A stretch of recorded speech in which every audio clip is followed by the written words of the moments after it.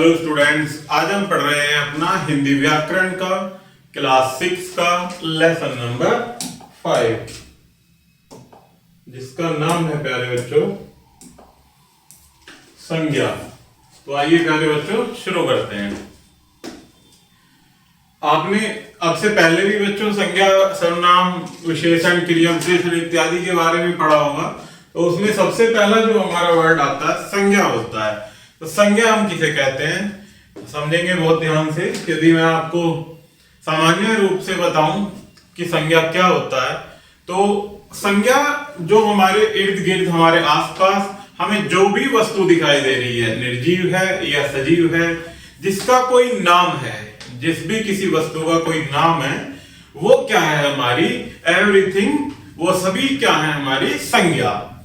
तो एक परिभाषा के रूप में इसको देखते हैं कि किसी व्यक्ति, वस्तु, स्थान या गुण के नाम को ही संज्ञा कहते हैं। मैंने क्या बताया आपको, हमारे आसपास जो भी कोई चीजें हमें दिखाई दे रही हैं, वे सभी क्या हैं संज्ञा। तो यही परिभाषा में कहा गया है कि किसी व्यक्ति, वस्तु, स्थान या गुण के नाम को संज्ञा कहते हैं।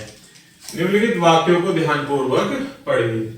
मोहित और प्रशांत दोनों कल दिल्ली जाएंगे। दिल्ली की ऊंची ऊंची इमारतों को देखकर दोनों अत्यंत खुश हुए। वहां उन्होंने जंतर मंतर, इंडिया गेट, लाल किला जैसे अनेक ऐतिहासिक स्थल देखे। दोनों ने दिल्ली शहर की खूब प्रशंसा की।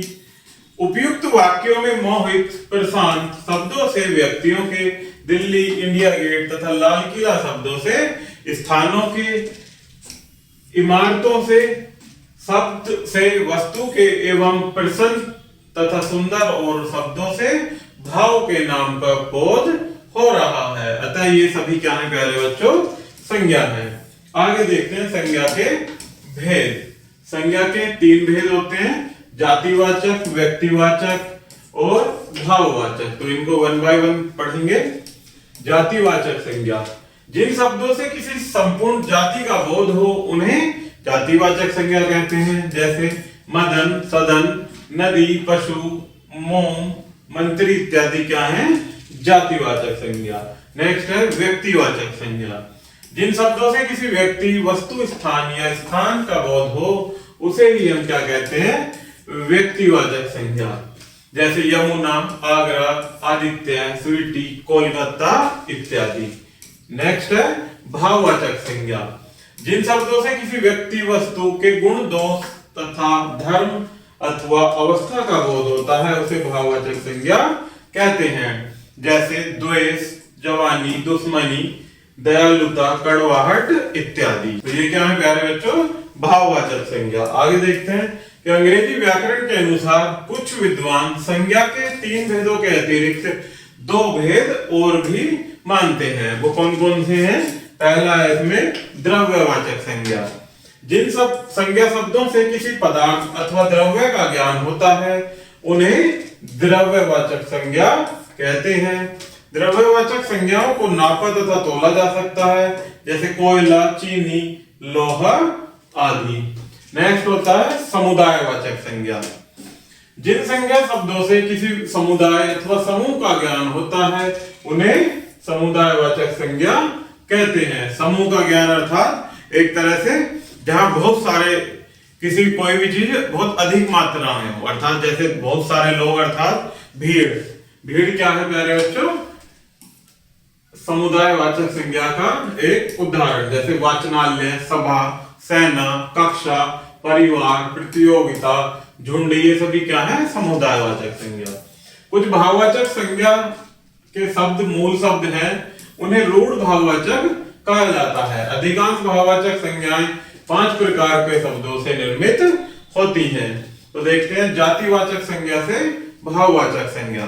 जैसे बच्चा, बच्चे से जो भाववाचक संज्ञा बनेगी बचपन, स्त्री से स्त्रीत्व, पशु से पशुता, नेता से नेतृत्व। इसी प्रकार से इधर भी ये दी हुई है प्यारे बच्चों, इनको आप खुद से पढ़ेंगे और समझेंगे। नेक्स्ट है सर्वनाम से भाववाचक संज्ञा।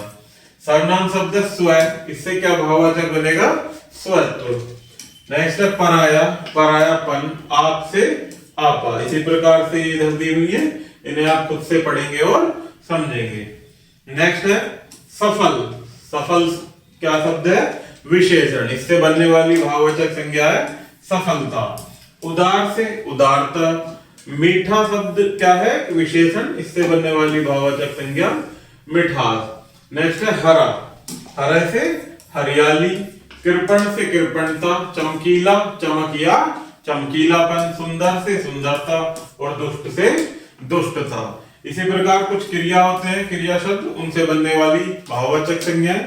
सिलना, सिलाई। कहना, कहावत। पूजना, पूजन। काटना, कताई। पीसना, पिसाई। हंसना, हंसाई। कुछ अव्यय शब्द होते हैं जिनसे भाववाचक संज्ञाएं बनती हैं, जैसे निकट, निकटता। मना, मनाई। दूर, दूरी। समीप, समीपता। धिक्, धिक्कार और शीघ्र, शीघ्रता। विभिन्न पदों तथा संज्ञाओं का परस्पर परिवर्तन। विशेषण आदि अन्य पदों के अलावा संज्ञा पद भी एक दूसरे में बदल जाते हैं, जैसे व्यक्तिवाचक से जातिवाचक। जब कोई व्यक्तिवाचक संज्ञा किसी विशेष व्यक्ति का बोध न कराकर उसके जैसे गुण दोष वाले अन्य व्यक्तियों का बोध कराने लगती है, तो वह व्यक्तिवाचक न रहकर जातिवाचक संज्ञा बन जाती है। जैसे देश को नक्कालों से सावधान रहना चाहिए, यह महान पुरुषों का देश है। इन वाक्यों में नक्काल विशेष व्यक्ति नहीं, सभी देशद्रोहियों के लिए तथा महान पुरुषों उन सभी पुरुषों के लिए है जिन्होंने कार्य संपन्न किया है के लिए प्रयुक्त है, इसलिए यह यहाँ पर जातिवाचक संज्ञा है। नेक्स्ट है प्यारे बच्चों, जातिवाचक से व्यक्तिवाचक संज्ञा बनाना। जब कोई जातिवाचक संज्ञा व्यक्ति विशेष अर्थ में बदल जाती है तो उसका प्रयोग व्यक्ति या स्थान विशेष के लिए प्रयोग होने लगता है। महान आत्माएं कभी कभी ही जन्म लेती हैं। इस वाक्य में महान आत्मा यद्यपि एक जातिवाचक शब्द है, क्योंकि महान आत्माएं तो प्यारे बच्चों बहुत सारी है और बहुत सारे लोगों को महान आत्माएं कहा गया है, इसीलिए वो क्या है, एक जातिवाचक शब्द। लेकिन उससे व्यक्ति विशेष अर्थात सही भगत सिंह का बोध होता है। नेक्स्ट है इसी प्रकार से भाववाचक से जातिवाचक संज्ञाएं। जब भाववाचक संज्ञा का बहुवचन में प्रयोग होता है तो वह क्या बन जाती है, जातिवाचक संज्ञा। प्रकट सच्चाइयों से कौन इंकार कर सकता है? प्रकट सच्चाइयों से कौन इंकार कर सकता है?